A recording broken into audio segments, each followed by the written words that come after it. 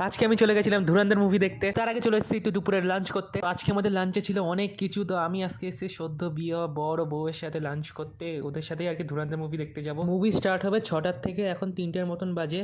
তো আমি এখন একটু মকটেল খাচ্ছি। খাওয়া দাওয়া হয়ে গেছে, এখন আমরা যাবো রবীন্দ্র সরোবর লেকে। আসলে ওখান থেকে কাছে হয়। এখন 4টের মতন বাজে, চলে এসেছি রবীন্দ্র সরোবর লেকে। এখানে তো অনেকই ভিড় দেখছি, সব কাপেল আর কি জোড়ায় জোড়ায় হাতে হাত, আর আমার পকেটে হাত।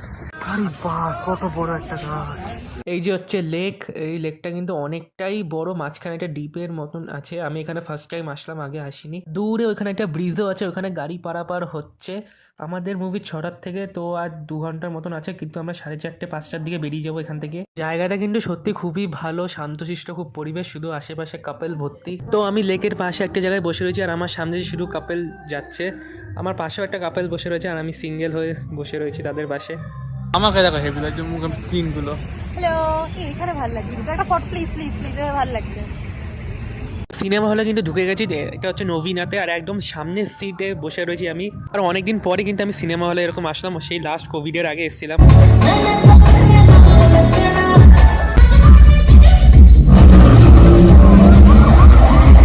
এখন হচ্ছে হাফ টাইম, আর আমার এখনো কিন্তু মুভিটা খুব ভালো লেগেছে।